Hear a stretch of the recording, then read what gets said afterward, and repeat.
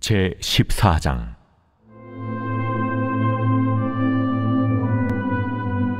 가뭄에 대하여 예레미야에게 임한 여호와의 말씀이라. 유다가 슬퍼하며 성문의 무리가 피곤하여 땅 위에서 애통하니 예루살렘의 부르짖음이 위로 오르도다. 귀인들은 자기 사환들을 보내어 물을 얻으려 하였으나 그들이 후문에 갔어도 물을 얻지 못하여 빈 그릇으로 돌아오니 부끄럽고 근심하여 그들의 머리를 가리며 땅에 비가 없어 지면이 갈라지니 밭가는 자가 부끄러워서 그의 머리를 가리는도다. 들의 암사슴은 새끼를 낳아도 풀이 없으므로 내버리며 들나귀들은 벗은 산 위에 서서 승냥이같이 헐떡이며 풀이 없으므로 눈이 흐려지는도다. 여호와여, 우리의 죄악이 우리에게 대하여 증언할지라도 주는 주의 이름을 위하여 일하소서. 우리의 타락함이 많으니이다. 우리가 주께 범죄하였나이다. 이스라엘의 소망이시여 고난당한 때의 구원자시여, 어찌하여 이 땅에서 거류하는 자같이 하룻밤을 유숙하는 나그네같이 하시나이까? 어찌하여 놀란 자 같으시며 구원하지 못하는 용사 같으시니이까? 여호와여, 주는 그래도 우리 가운데 계시고 우리는 주의 이름으로 일컬음을 받는 자이오니 우리를 버리지 마옵소서. 여호와께서 이 백성에 대하여 이와 같이 말씀하시되 그들이 허그러진 길을 사랑하여 그들의 발을 멈추지 아니하므로 여호와께서 그들을 받지 아니하고 이제 그들의 죄를 기억하시고 그 죄를 벌하시리라 하시고 여호와께서 또 내게 이르시되 너는 이 백성을 위하여 복을 구하지 말라. 그들이 금식할지라도 내가 그 부르짖음을 듣지 아니하겠고 번제와 소제를 드릴지라도 내가 그것을 받지 아니할 뿐 아니라 칼과 기근과 전염병으로 내가 그들을 멸하리라. 사랑하는 크리스찬 여러분, 좋은 아침입니다. 10월 2일 매일 말씀 나누도록 하겠습니다. 오늘 말씀은 예레미야 14장 1절부터 12절까지입니다. 오늘 말씀도 역시 또 하나님께서 유다 백성들을 향해서 심판의 말씀을 또 하고 계십니다. 오늘 특별히 또 이제 그 가뭄에 대한 그 예언과 함께 하나님께서 어떻게 심판하시는지에 대해서 말씀하고 있는데요. 보니까 하나님께서 이제 그 1절부터 6절까지의 내용이 이제 가뭄에 대한 그 예언의 말씀인데, 하나님께서 그 앞으로 행하실 일들, 가뭄이 왔을 때 어떠한 상황이 벌어지는가. 2절 말씀 보니까 유다가 슬퍼하며 성문의 무리가 피곤하여 땅 위에서 애통하니 예루살렘의 부르짖음이 위로 오르도다 라고 되어 있습니다. 유다가 슬퍼합니다. 가뭄 때문에 슬퍼하며 또 성문의 무리가 피곤하여 땅 위에서 애통한다 라고 나와 있습니다. 성문의 무리가 피곤하다. 좀 잘 와닿지 않는 표현인데요. 이것은 그 성에 있는 그 문들이 생기를 잃어버리고 시들시들해졌다라는 의미를 가지고 있습니다. 그러니까 그 성문에 사람들이 막 왕래를 하면서 드나드락 해야 되는데 그런 사람들의 왕래가 없이 시들시들해졌다라는 것이죠. 그러니까 그 성에 사람들이 오가지 않는다. 이것은 그 성이 완전히 망했음을 보여주는 것입니다. 완전히 망해서 사람들이 왕래가 없는 거죠. 그런 모습을 시들시들해진 그런 사람들의 왕래하는 모습, 시들시들해진 성문, 그 성문에 모리가 피곤하다라고 표현하고 있는 것입니다. 이런 모습을 통해서 땅 위에서 애통하고 있습니다. 그래서 예루살렘의 부르짖음이 위로 오르도다 되어 있습니다. 얼마나 정말 부르짖었는가, 정말 그래서 그 얼마나 부르짖었는지 그 부르짖는 소리가 하늘에 위로 오를 정도로 부르짖었다는 것이죠. 또 3절을 보니까 귀인들은 자기 서한들을 보내서 이제 물을 얻으려고 했습니다. 그들이 이제 우물에 사원들이 갔는데 거기서도 물을 얻지 못하는 것이죠. 우물에 물이 없을 정도면 그 지역 어디를 가도 물을 얻기가 힘든 것이죠. 정말 극심한 가뭄임을 보여주는 것입니다. 이러한 가뭄을 허락하시겠다, 이러한 가뭄을 이제 유다 백성들에게 주시겠다라는 것을 예레미야를 통해서 예언으로 말씀하고 계신 것입니다. 그리고 땅에 비가 없어 지면이 갈라지니 밭 가는 자가 부끄러워서 그 머리를 가린도다. 우리도 그 여름에 이제 가뭄 때 뭐 뉴스를 보면 정말 그 논이고 마시고 그냥 다 쫙쫙 갈라지는 모습을 화면을 통해서 본 기억들이 있습니다. 그런 것처럼 너무 비가 안 와서 땅이 완전히 그냥 쫙쫙 갈라졌다라는 것입니다. 그리고 들의 암사슴은 새끼를 낳아도 이제 풀이 없기 때문에 그 새끼를 그냥 내버린다는 것입니다. 새끼를 낳았는데, 자녀를 낳았는데, 그 먹여 살릴 수가 없으니까 본인도 먹을 것도 없고 그 새끼에게 줄 그런 풀도 없기 때문에 키우기를 포기한다는 것이죠. 그냥 내버린다는 것입니다.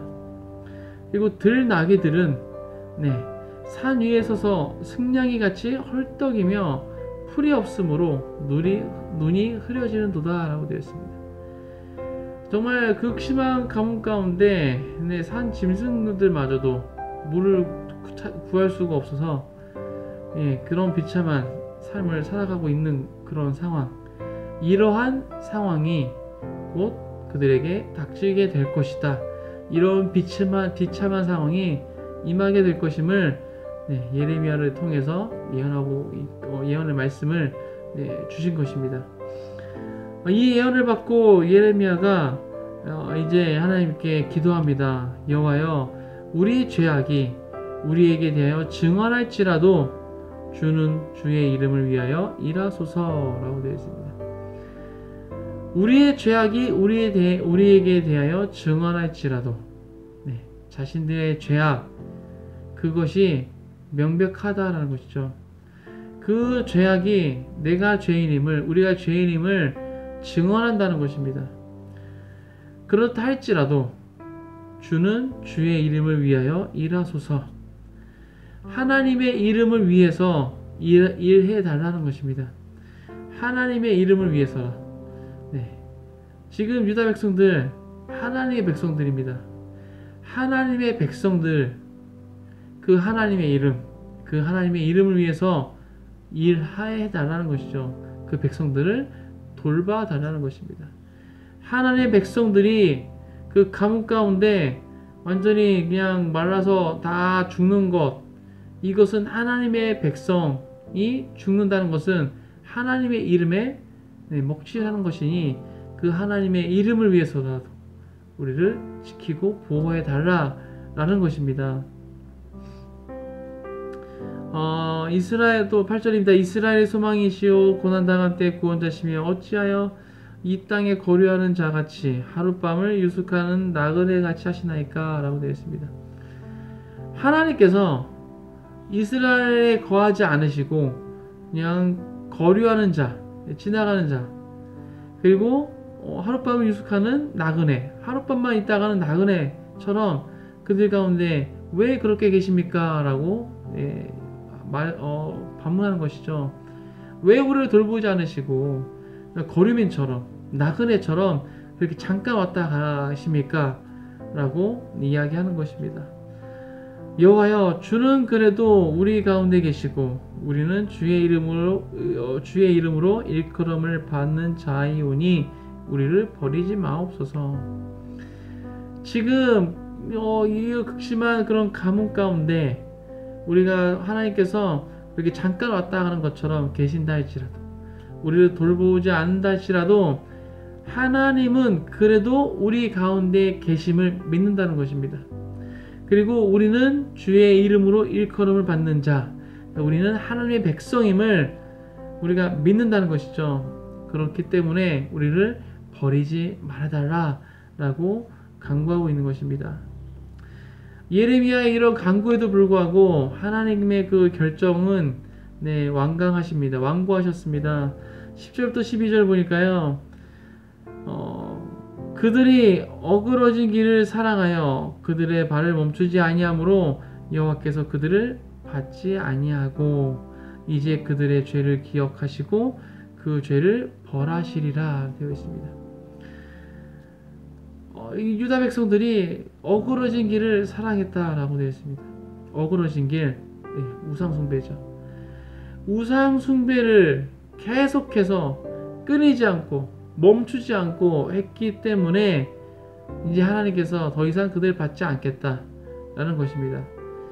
그리고 이제 그들의 죄를 기억하시고 그 죄를 벌하시겠다라고 하나님께서 다시 한번 또 심판에 대한 말씀을 하고 계십니다.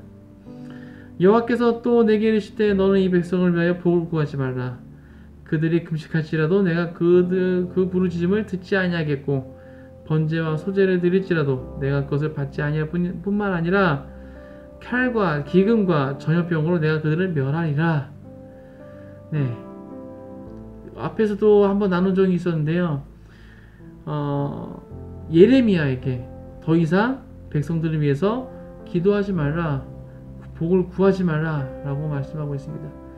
선지자에게 백성을 위해서 구하지 말라, 선지자의 역할을 하지 말라는 것입니다. 그리고 그들이 금식할지라도 그 부르짖음을 듣지 않겠다라고 말씀하시고 번제와 소제를 드릴지라도 그것을 받지 않겠다라고 말씀하십니다. 뿐만 아니라 칼과 기근과 전염병으로 그들을 멸하리라 라고 말씀하고 계십니다. 이제 유다 백성들을 완전히 심판하여서 멸하시겠다라는 하나님의 말씀입니다. 오늘 말씀 특별히 하나님께서 이 가뭄이라는 것을 통해서 이들을 심판하시겠다, 이들에게 극심한 가뭄을 주겠다라는 예언을 주셨는데요. 이 가뭄 무엇입니까? 물이 없는 것입니다. 물이 있어야 되는데 없는 것입니다. 심지어 이 우물에도 물이 없을 만큼 극심한 가뭄을 주겠다라고 말씀하셨는데요. 우물에 물이 없다, 이것은 말이 안 되는 것이죠. 우물에 물이 없으면 그것은 더 이상 우물이 아닌 것이죠. 그것을 우물이라고 부르는 이유는 물이 담겨 있기 때문에 우물이라고 부르는 것입니다. 그런데 그 우물에 물이 없다, 더 이상 그것은 우물이 아닌 것입니다. 이스라엘 백성들에게 당연히 있어야 할 것이 없다라는 것입니다. 이 말라버린 우물처럼 이스라엘 백성들에게, 지금 이 유다 백성들에게 당연히 있어야 할 모습이 없다라는 것입니다. 어떤 모습이 없는 것입니까? 하나님의 백성으로서 당연히 하나님을 경외하는 모습이 있어야 되는데, 하나님을 섬기는 모습이 있어야 하는데 없다라는 것이죠. 하나님을 향한 그 경외함이 완전히 말라버렸다는 것입니다. 하나님을 향한 그런 사랑과 하나님을 향한 그 마음들이 완전히 말라버렸다는 것입니다. 그 극심한 가뭄처럼 그들의 하나님을 향한 그 마음이 완전히 다 말라버렸다는 것입니다. 크리스찬도 마찬가지입니다. 이 땅에 살아가고 있는 크리스찬들, 하나님의 백성으로서, 하나님의 자녀로서, 그리스도를 주로 영접한 자로서 마땅히 가지고 있어야 할 모습들이 있습니다. 그런데 그런 모습이 없는 크리스찬도 있다라는 것이죠. 성경에서는 이야기합니다. 소금이 그 맛을 잃으면 그것을 길가 땅에 던져버려서 사람들에게 밟힌다 라고 말씀하고 있습니다. 크리스찬으로서 마땅히 가져야 할 모습이 없다면 그것은 맛을 잃은 소금이라는 것입니다. 그 맛을 잃은 소금은 길가에 던져져서 사람들에게 밟히게 되는 것입니다. 더 이상 그것을 보관하지도 않고 그것을 가지고 요리를 하지도 않고 먹지도 않습니다. 길가에 내버립니다. 우리 안에 우리가 하나님의 자녀라면 하나님의 자녀로서의 그런 마땅히 가져야 할 모습이 있기를 축복합니다. 하나님의 백성으로서 마땅히 가지고 있어야 할 그런 모습이 있기를 축복합니다. 사랑하는 습관 여러분, 우리 안에 그러한 모습들이 마땅히 우리가 가지고 있어야 할 모습들이 말라버리지 않도록, 정말 그 극심한 가뭄 가운데 우물에 물이 말라버린 것처럼 우리 안에 저 하나님의 자녀로서 가지고 있어야 할 모습들이 말라버리지 않도록 오늘 하루도 우리가 깨어서 그렇게 살아가시길 주님의 이름으로 축복합니다. 그래서 오늘 하루도 정말 우리가 크리스찬으로서 하나님의 자녀로서 백성으로서 그렇게 살아가시길 주님의 이름으로 축복합니다. 기도하겠습니다. 하나님 감사합니다. 또 예레미야 말씀을 통하여서 이스라엘 백성들에게 하나님의 그 내려주신 또 심판의 또 예언의 말씀을 함께 나눴습니다. 하나님께서 가뭄을 내리시겠다라고, 우물에 물이 마를 정도로 그 극심한 가뭄을 내리시겠다고 말씀하셨습니다. 하나님, 그 이 가뭄, 우물에 물이 말라버린 그 우물, 이것은 그 유다 백성들의 모습을 표현하고 있는 것 같습니다. 마땅히 하나님의 백성으로서 마땅히 가지고 있어야 할 그런 모습들이 그들 안에는 없었습니다. 하나님의 백성으로서 하나님을 향한 경외함이 있어야 되는데 그들 가운데 없었습니다. 하나님, 혹시 내 삶 가운데 내 삶이 그러하진 않습니까? 하나님의 백성으로서, 자녀로서 마땅히 가지고 있어야 할 그런 모습들이 내 안에, 내 삶 가운데 완전히 말라버리진 않았습니까? 하나님, 오늘 하루 살아갈 때 이것을 우리가 회복할 수 있도록 도와주시옵소서. 내 삶 가운데 하나님의 자녀로서의 삶, 하나님의 백성으로서의 삶의 모습이 나타날 수 있도록, 그것이 마르지 않도록 주님, 우리 가운데 함께 해주시옵소서. 그래서 하나님의 자녀로서 그렇게 살아갈 수 있도록, 그런 하루가 될 수 있도록 우리 가운데 축복하여 주옵소서. 감사합니다. 이 모든 말씀 예수 그리스도의 이름으로 기도했습니다. 아멘.